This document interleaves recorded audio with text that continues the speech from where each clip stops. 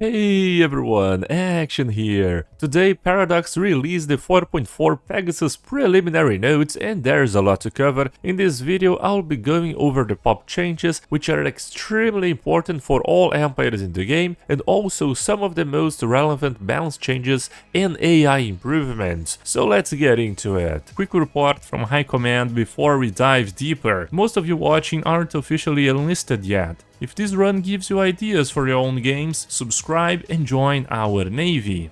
Talking about the pop changes, automated jobs will have a slider which is huge. Automated jobs, they don't take efficiency into account, so most of the times they are less efficient than regular pops, thus being able to adjust how many you have instead of disabling the entire building and the jobs is very nice, especially for empires that use job automation a lot like Cosmogenesis empires. By the way, if you are planning on doing a Cosmogenesis run, I have made a specific guide that might help you out. Now continuing with the changes, pops now instantly fall back to civilian rather than becoming unemployed for some time. Right now, unemployed pops are basically useless and they don't produce anything. Civilian pops, on the other hand, produce a plethora of bonuses if you have the autochthon monument depending on your effects, like even producing naval capacity or research for free, and if you have the utopian living standards, they produce even more research, unity and trade. So all those months you would be stuck with unemployed pops are gone. They will instantly become civilians and start producing resources for you. This also matters a lot for builds that relied on civilian population in the early game, since you can just unemploy a lot of the excess workforce, like surplus of energy, food and etc. that you don't need, and turn them into civilians for better resource production.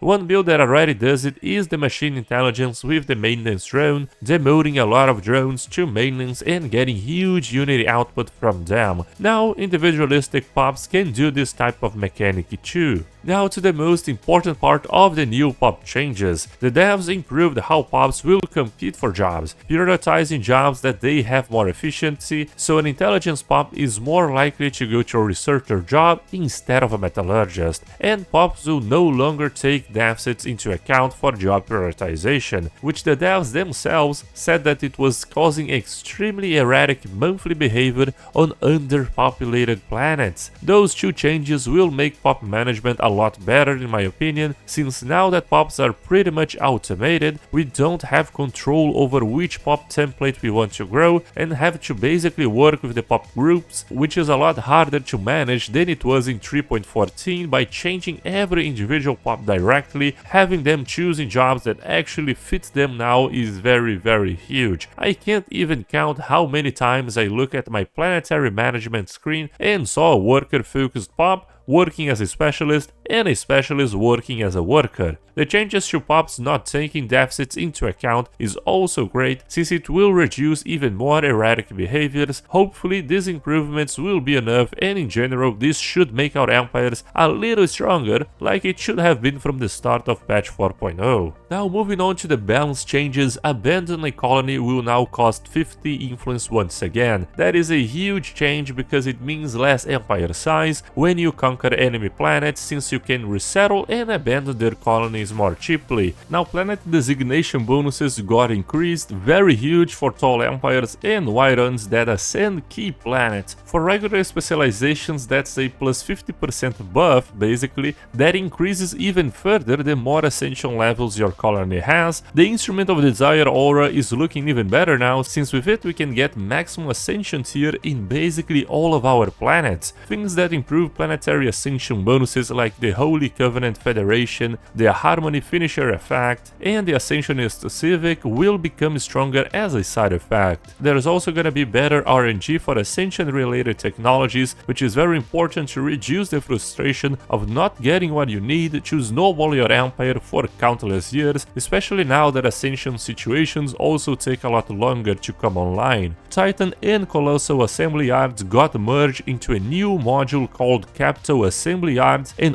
also give +2 shipyard capacity, very neat since building titans and colossal ships take years and prevent you from building any other ships in that slots until they are finished.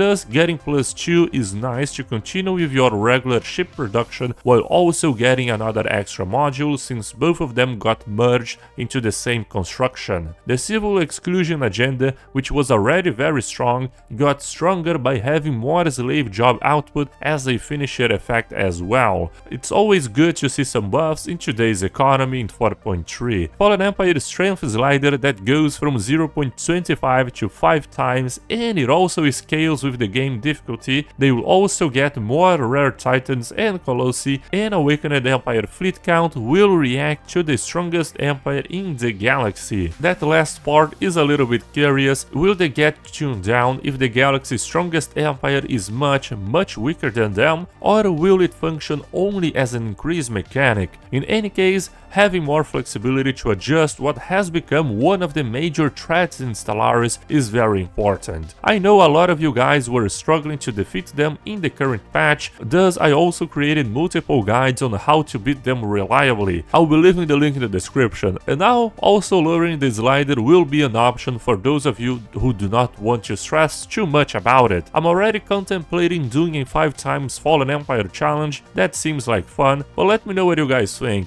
Will you increase their strength or reduce it?